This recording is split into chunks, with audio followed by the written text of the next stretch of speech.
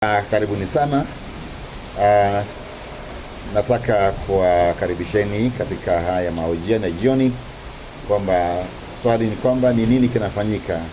Kinachofanyika ni kwamba ninangatuka kazi ya kuwa askofu baada ya miaka 9, na mpango ni kwa wenyewe unaanza Jumamosi hapa katika uwanja huu wa ofisi saa 1:30. Tutakuwa na ibada ya kidogo na Wakristo wachache na waimbaji wachache, alafu tufanye ibada ya ushirika utakatifu ni wagane na Wakristo. Baadaye tufululize saa 3 twende mpaka kule nyumbani kule Achit. Na sasa ni sherehe kubwa ya mimi nasema kwamba mimi ninaondoka, alafu naona nasema kuja. So kwa Kiingereza nasema I'm home going, so they are doing what they call homecoming. So inafanyika hapa Jumamosi. Ni sherehe kubwa, maaskofu wengi wanakuja. Tuna wageni wengi kutoka Uganda ambao watakuja kama wageni wetu. Maaskofu wametuma Wakristo wachungaji wao wengi, kama Uganda inaleta wachungaji karibu 15 katika hiyo sherehe.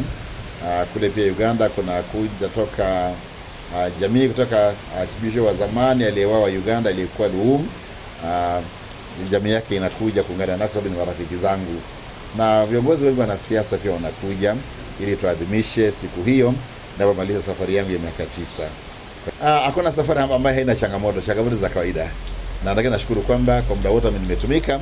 Kuna mambo naweza kusema kwamba yameleta uzuri katika huduma na katika kazi yangu.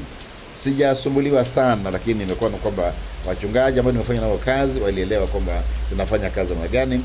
Wakristo wakawa na upendo mwingi sana katika kazi, na inajikunisha kwamba kuna upendo mwingi. Hasa nikumbuka ujenzi wa nyumba hii ilichukua miaka 3 kukamilisha nyumba, kujenga, sio kwa pesa kutoka mbali mahali, kutoka pengine kwa mfadhili wa Wakristo wenyewe. Kwa hivyo safari yetu haijakuwa nzito hivyo, ijapo kuna ule umaskini katika maisha ya Wakristo, lakini bado walijitahidi sana kwamba wafanye kazi hii walivyo wachungaji wao, na bado wafanye kazi ya Mungu izidi kuendelea. Atakayekuja, kwa sababu sijajua kwamba kamati itaanza yenyewe shughuli zake. Ombi langu ni kwamba, nimesema nao mara kadhaa kwamba atakayeletwa na Mungu, sababu Mungu ataleta kiongozi, atakayeletwa na Mungu achukue na afanye zaidi yale mimi nimefanya. Itakuwa furaha yangu kwamba mahali nilianza najua na mahali nimeifikisha najua. Kwa hiyo naibu akija kuongeza matofali kadhaa juu ya kazi yangu, then utukufu utamrudia Mungu mwenyewe, na usiku akatakwa utaenda mbali sana. Asante.